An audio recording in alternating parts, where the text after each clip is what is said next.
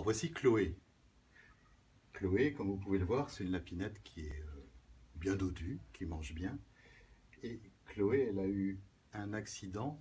La porte-fenêtre, elle vit dans la maison, elle va entre la maison et le jardin, et la porte-fenêtre de la terrasse s'est brutalement refermée sur sa patte. Et du coup, la patte est vilainement cassée quand même. Vous voyez comment elle a un angle qui n'est pas du tout normal. Donc on va lui faire une radio pour voir ce qui se passe et voir si on peut réparer.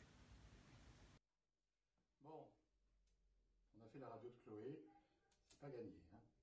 C'est pas gagné, on voit bien que la fenêtre est venue mais coincer la patte juste au milieu et que tout a éclaté. On a plusieurs morceaux d'os. On en a un ici, on en a un ici et on en a plusieurs tout petits, c'est difficile de savoir, tout au milieu.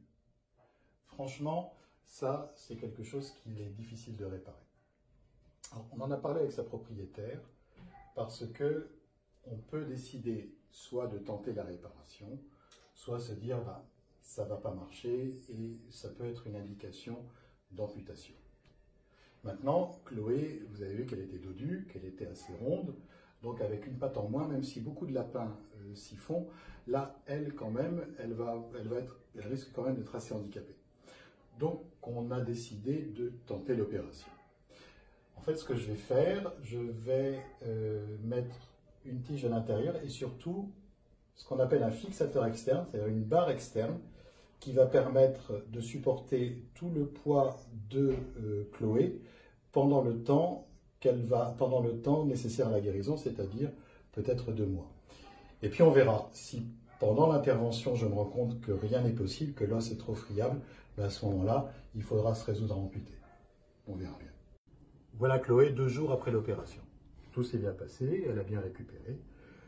Alors elle a cette espèce de barre comme ça, qui soutient sa patte et qui lui permet déjà, oui tu peux, montre ça, qui lui permet déjà d'utiliser sa patte et de la poser. Bon, on est content, on a réussi à faire la réparation que j'espérais, c'est-à-dire que on a récupéré tout le puzzle. Il y avait plusieurs morceaux, donc j'ai pu mettre une broche à l'intérieur, ce qui fait que on récupère la forme normale de l'os, et pour que ça tienne, eh bien, j'ai mis des petites broches externes et cette grande tige à l'extérieur. Et cette grande tige à l'extérieur, elle est fondamentale parce que c'est elle qui va supporter le poids du corps de Chloé le temps de la guérison. Alors combien de temps ça va mettre? Ça va mettre facilement 2 mois, sinon 3 mois. C'est pas encore gagné parce que ça peut s'infecter et puis aussi parce qu'il est possible que l'os ait été tellement abîmé que les vaisseaux sanguins ne permettent pas la reconstruction. Mais en même temps, ça valait le coup et on a quand même des chances tout à fait raisonnables que ça marche. Donc d'ici là, on croise les doigts et on va voir ce que ça donne.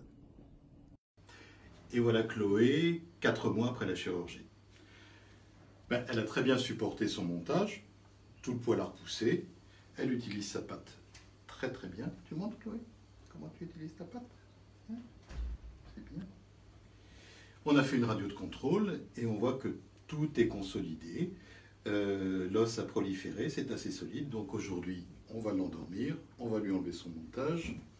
Et la vie est belle, hein Chloé? Voilà.